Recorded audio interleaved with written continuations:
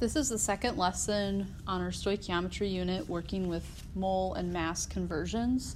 So building off the idea that we can use mole ratios from a balanced chemical equation and that we can use molar mass from our mole unit. So yesterday when we started out, the first thing that you need to do a conversion is you need to write a balanced equation by adding coefficients. I can see right now my aluminums are balanced and my chlorine are not. I have this issue with the 2 to 3, so to make them balance out, I'm going to place a 3 here, 2 in front of the aluminum chloride. That changes my number of aluminum, so I also need to change it to a coefficient of 2. So all the part A is asking us to do is interpret what our formula, our balanced equation is telling us. So for A, we have that if 2 moles of aluminum react with, and that should be 3 moles of chlorine, it will produce 2 moles of the aluminum chloride. So looking at our first calculation, it asks how many grams of aluminum chloride will be produced if 2.5 moles of aluminum react.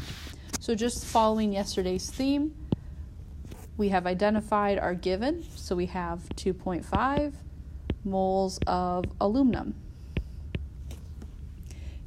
If we identify the problem, what it's asking, it's looking for grams of aluminum chloride. So just with the same idea going from yesterday, we are going from the amount of one material to the amount of another. So we're going from aluminum to aluminum chloride. So in order for that to happen, we need a mole ratio. Again, the mole ratio comes from the coefficients in my equation. So looking at my balanced equation, I have 2 moles of aluminum. I'm going to place that in the bottom to make my units cancel out. I'm going to the AlCl3, the aluminum chloride. Its coefficient is 2. Okay.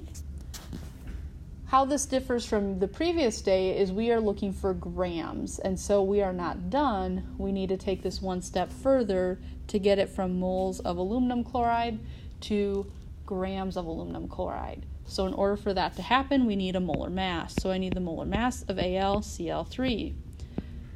Making our inventory, we have 1 aluminum, we have 3 chlorine. I go to my periodic table. Aluminum is 26.98 grams a mole, chlorine is 35.45. If we multiply and add it up, we get a total of 133.33 grams per mole. Remember that this means grams per 1 mole of a material. Looking at what my units are, I have moles of aluminum chloride in the top, so that means the 1 mole of aluminum chloride needs to go in the bottom. Its mass is going to go in the top.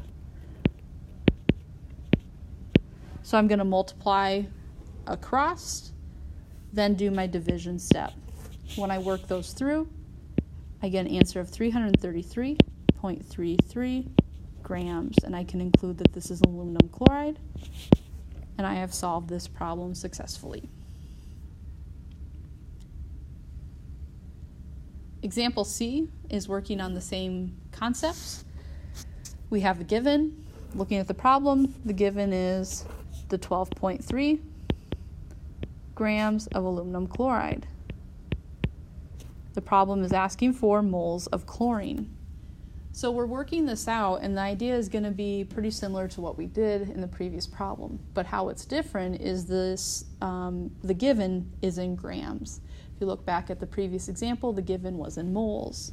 So the first thing we need to do right off the bat is convert it to moles using its molar mass. So if you look at example B, we already found the molar mass of aluminum chloride. We established that that was the 133.33 grams per mole. Again, we already did this work in example B, so I'm going to save the time of recalculating that number. My given unit is grams, so that means 133.33 grams will go in the bottom. The 1 mole will go in the top. I better make sure I include the aluminum, the AlCl3, the aluminum chloride. That will help me with my next step. It wants us to change it from AlCl3 to chlorine. So that means I need my mole ratio. Again, the mole ratio comes from your balanced equation. So I have moles of aluminum chloride in the top. That means moles of aluminum chloride are going to go in the bottom. Looking at my balanced equation, the coefficient is 2. It wants me to change it to chlorine. Looking at the balanced equation, it's 3 moles of Cl2. I can multiply and divide it out. When I do those steps, I get an answer of 0.14 moles of chlorine.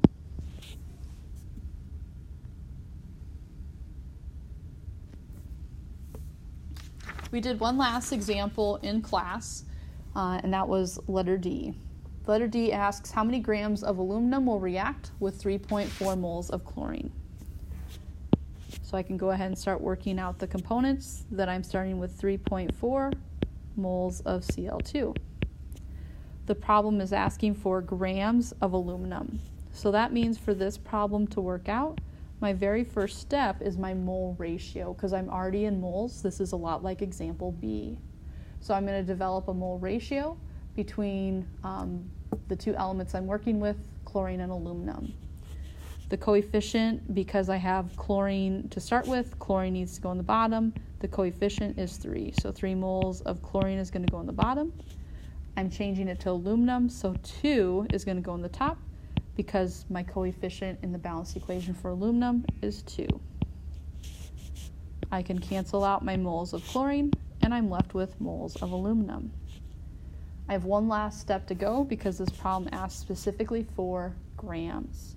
That means I need the molar mass of aluminum. Because it's an element, I can go right to the periodic table. So the molar mass of aluminum is 26.98 gram a mole. So I can go ahead and substitute in. Moles of aluminum is in the top, so 1 mole of aluminum will go in the bottom. That is coming from this part of the molar mass. 26.98 grams will go in the top. Moles of aluminum eliminate. I can multiply my 3.4 times my 2 times my 26.98, simplify that out, and then divide by 3. That gives me an answer of 61.15 grams of aluminum. And that's how you do mole to mass and mass to mole conversions.